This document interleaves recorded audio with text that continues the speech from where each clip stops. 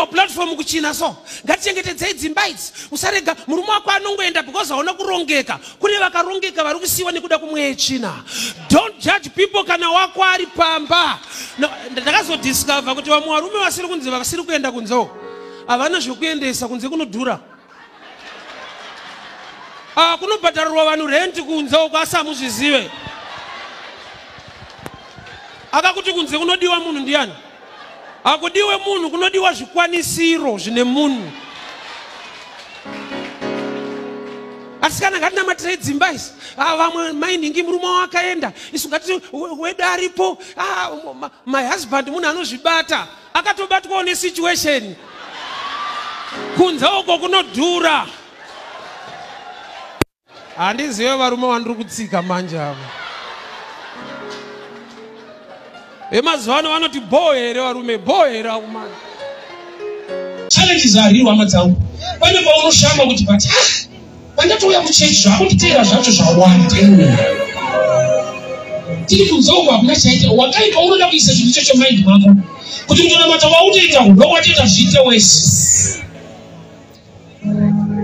Kunamata kwauri kuita kuti unoita zviite wese. Anotevererei zvinoita wese zvega. So chiri kuita kuti atevere. Anoda kuti uve nemind yokuita surrender. Handiziva kuti muchikwata hapana akazvifunga. Damozi. Ini ndangowira nani kuti vakomana tasurrender ngatichoke zvedu. But Mwari akati the right move is to move forward. Kana waziva Mwari wakunamata Mwari kuti kwamashure akuchaita.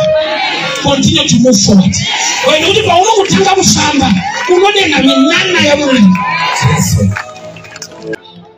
Vakacross already, see, pasina chaunofungidzira kuti vakacross. Pfungwa yako wakatosarenda kuti ndofunga kuti ndinakwandoenda.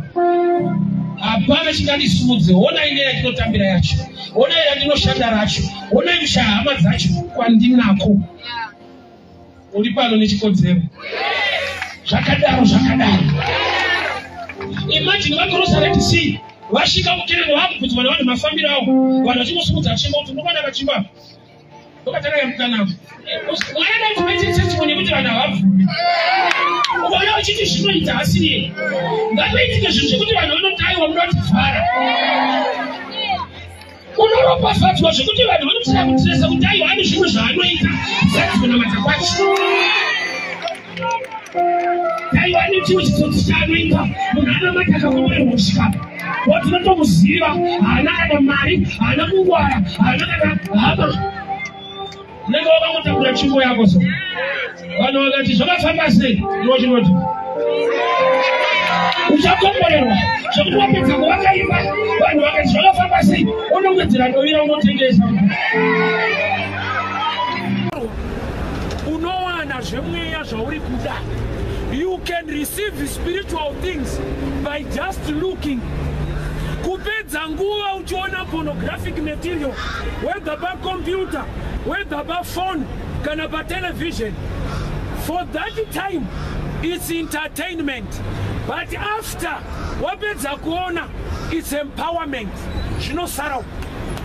That power will drive you kuma levels ekuti you can even rap.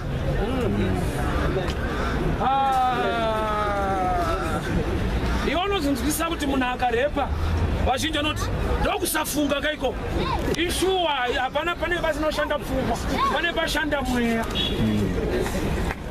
But kuti nokuti anenge arepa kana yaakutongwa naiye anotoona kuti zvandakaita zvakaipa but ndakatoita.